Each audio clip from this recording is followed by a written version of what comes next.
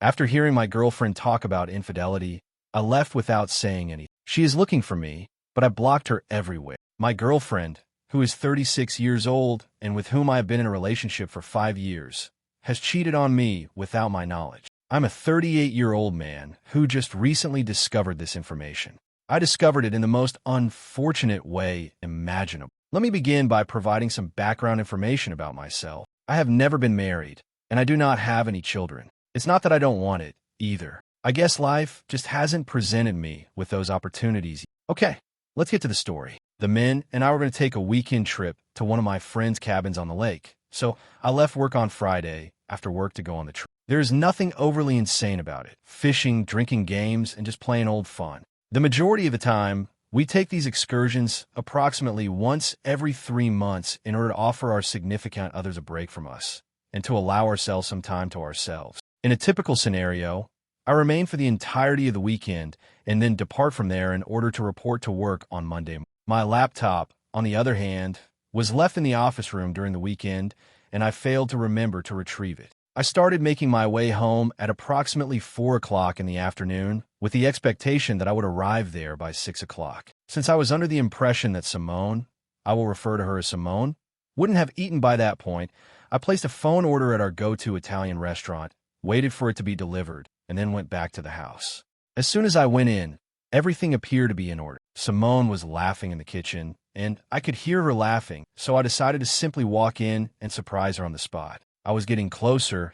As I did, I began to overhear the conversation that she was having on the phone. In a moment, my world was completely turned upside down. I had the impression that she was speaking to her sister or possibly one of her friends, but the conversation was rather straightforward and proceeded as follows. It was an incredible evening last night. What a thoughtful and considerate lover he was. Take a breath. I'm telling you, I've never had anything like it. Take a breath. After meeting on Tinder, he took me out for dinner the other night. We were so close to making it to the sofa that we barely made it by the time we made it through the door. Take a breath. Oh God, big, like twice as big as insert my name. Take a breath. I'll definitely be taking him for a test drive again. Following the completion of that line, I simply threw the meal on the ground. It was Simone who turned around after hearing. I was already experiencing tears welling up in my eyes by that point in time. I simply pushed her off, went up to the office, got my laptop, and then left. She hung up the phone and attempted to get in touch with me, but I was no longer available. I have not returned a single call from Simone for the past 4 days,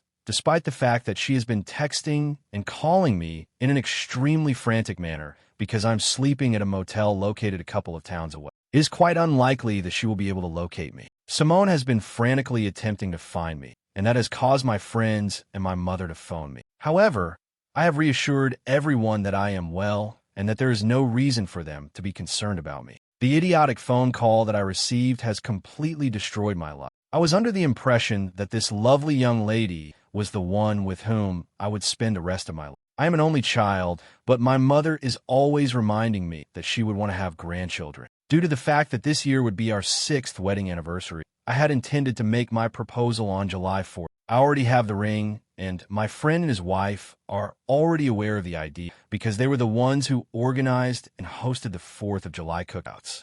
I would like to thank them for their assistance in this regard.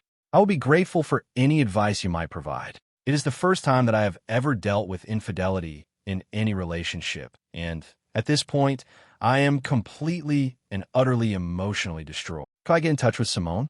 Is it advisable for me to listen to her after that phone call? When I think of her, I can't help but feel queasy in my stomach. I want to express my gratitude in advance to anyone who contacts me with comments. Update 1. Good morning, everyone. To begin, I would want to express my gratitude to everyone for their sincere comment. I have had a very stressful week, and although I did not feel like responding to anyone's posts, I want you all to know that I did read them, and your words helped me get through the week. I'm looking forward to hearing from you all. This has been a terrible experience, and the fact that each and every one of you reached out to me through chat or left a comment has made my day a little bit brighter. With that being said, the most current update is presented below. In the evening of the previous Friday, after my friends had arrived at the hotel, I shared with them what I had listened to on the phone call. They were, to put it mildly, all 3 of them in a state of shock. They inquired as to whether or not I had observed any indications of this. And to tell you the truth, I had not. The answer I gave them was that I had no idea what I was going to do. I let my one friend know that the proposal was not going to go through, and he perfectly understood the situation given the existing circumstances. It was one of the things that I instructed my friends to do before they left their homes, and that was to turn off tracking in the event that their significant partners were checking on. In returning to Simone, while I'm aware that Simone has a close relationship with one of the wives, I did not want to take any chances at this point in time. That evening, we spent the evening at the hotel bar, and I took a lot of shots. Shot after shot, shot after shot.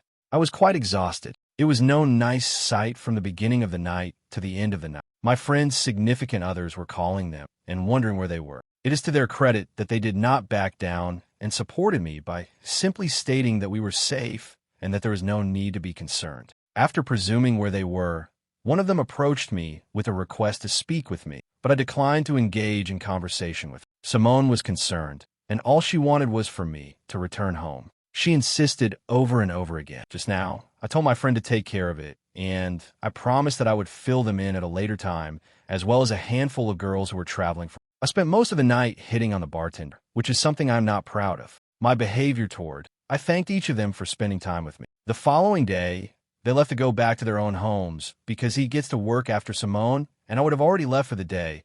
I asked one of my friends to have a look at the house that we were renting. He was on his way to work, and she and I would have already left for the day. The previous 2 days, Monday and Tuesday, were off for Simone, but she returned to work on Wednesday. I hurried to the house as soon as he disclosed this information to me, and I immediately began packing as many of my belongings. Dishes were piled up in the sink, clothes were strewn about the house, and the garbage can was stuffed with food that had been ordered and taken out. Getting all of my belongings out of the house took me approximately 3.5 hours. Just as a parting gesture, I cleaned up for Simone before I left. After Simone became aware that I had returned home and retrieved all of my possessions, she began to bombard me with phone calls and text messages throughout the afternoon and evening of that day. For the time being, I am residing in my mother's house until I am able to get a place of my own sometime in the fall. After speaking with the landlord, I learned that he will not be able to remove me from the lease unless Simone's signature is provided. This means that I will be responsible for paying my share until October. Until then, my mother has indicated that I am welcome to stay with her. After that, I will make an effort to locate a new resident. As far as I'm aware, a 38-year-old man moving back home with his mother is an incredible experience that life has handed me. Thursday was the day that I finally got in touch with Simone, and I informed her that we could get together at a neighborhood bar and grill downtown on Friday evening. I assured her that one of my close friends would be present to keep an eye on everything and make sure that everything was in order. She moaned for a few minutes, stating that she wanted me to come home and talk to her so that we could move on from the situation. However, I told her that if she wanted to see me, this was going to be the way that it was going to end up. In the end, she gave her consent. By the time my friend and I arrived at the location on Friday evening, Simone had already arrived for almost 1 hour. To calm myself down, I had already consumed some food and had also taken a couple of shots of syrup. As we sat down, she expressed an interest in engaging in idle chatter, inquiring about me, and blah, blah, blah. I removed that piece of junk. I indicated to her that I had a list of inquiries. Almost instantly, her eyes began to flood up. My question to her was, how long has this been going on? This is the first and only time she pledged to herself. I told her to stop talking like that, since I stated that there was no possibility of us ever getting back together. I would appreciate it if you could simply give me the truth so that I can put this matter to rest and move on with my life. She remained steadfast in her account for a few minutes, but then, as the majority of you had anticipated, she admitted the truth. For the past 2 years, whenever I went on such vacations, she was under the impression that I was going to cheat on her, so she was also having a good time. I was fired up by this.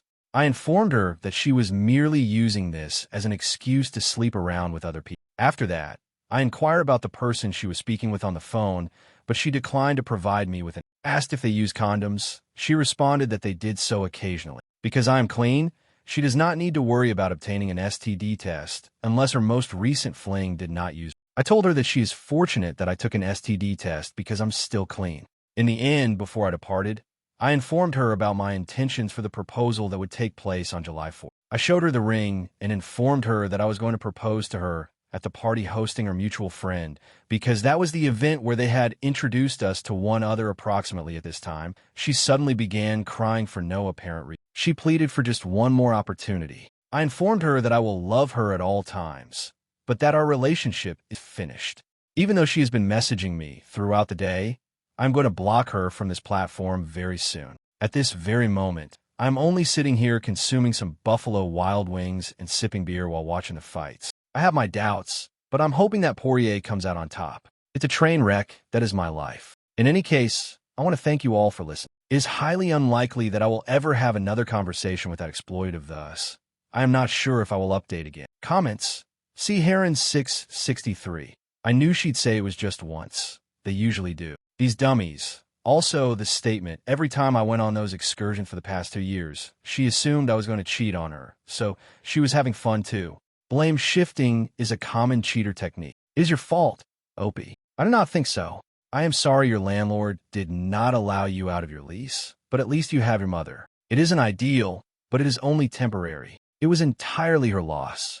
Unfortunately, she was going to marry someone. A nice man had chosen and desired her, and she had thrown it all away for pleasure. It's time to focus on yourself and your healing. Take it easy on the drinks. Be careful. You're going to be fine. Sky Tusk.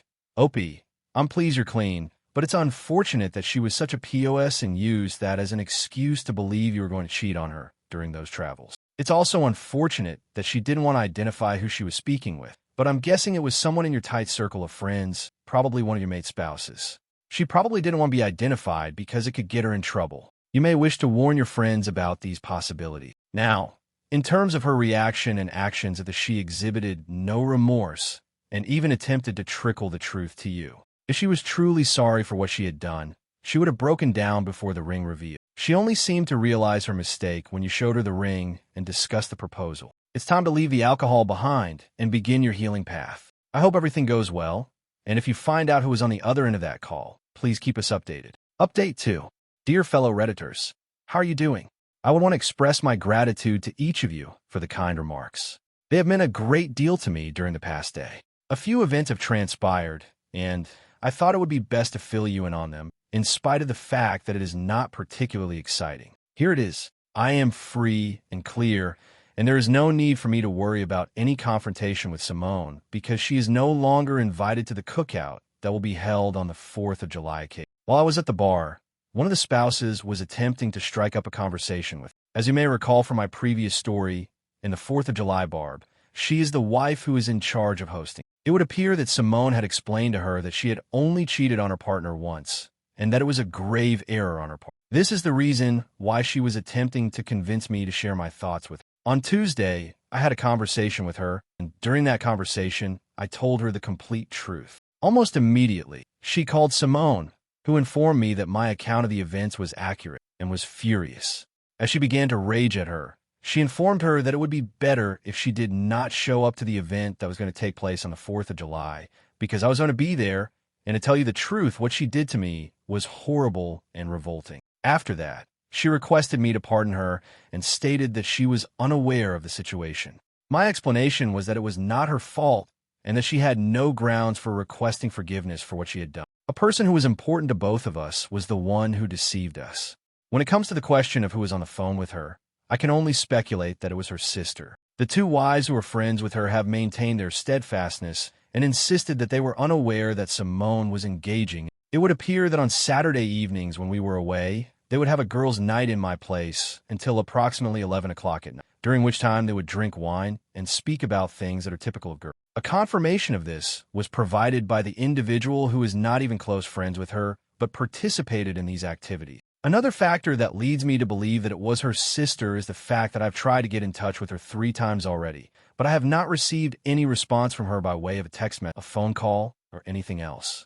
My mother has contacted me and expressed her disappointment in the split. She also inquired as to whether there is anything they can do to convince me to change my decision, but I have informed her that this is not going to happen. As a result of the fact that I returned to work on Monday after taking the previous week off, I'm now back to my regular schedule. Going forward, I will not consume any more alcohol. My liver will be grateful to me for that. This community has been of great assistance to me, and I would like to express my gratitude to each and every one of you for everything that you. Considering that it appears that this is the conclusion of the matter, I am unsure whether or not I will update this. It is important to note that Simone has been blocked on all platforms, which means that she is currently unable to communicate with me. The person who was hosting the cookout informed me that she is not feeling well at the moment, and she did so before I explained what it actually is. The fact of the matter is, however, that I am not doing very well either, but I am moving on and putting all of this behind me.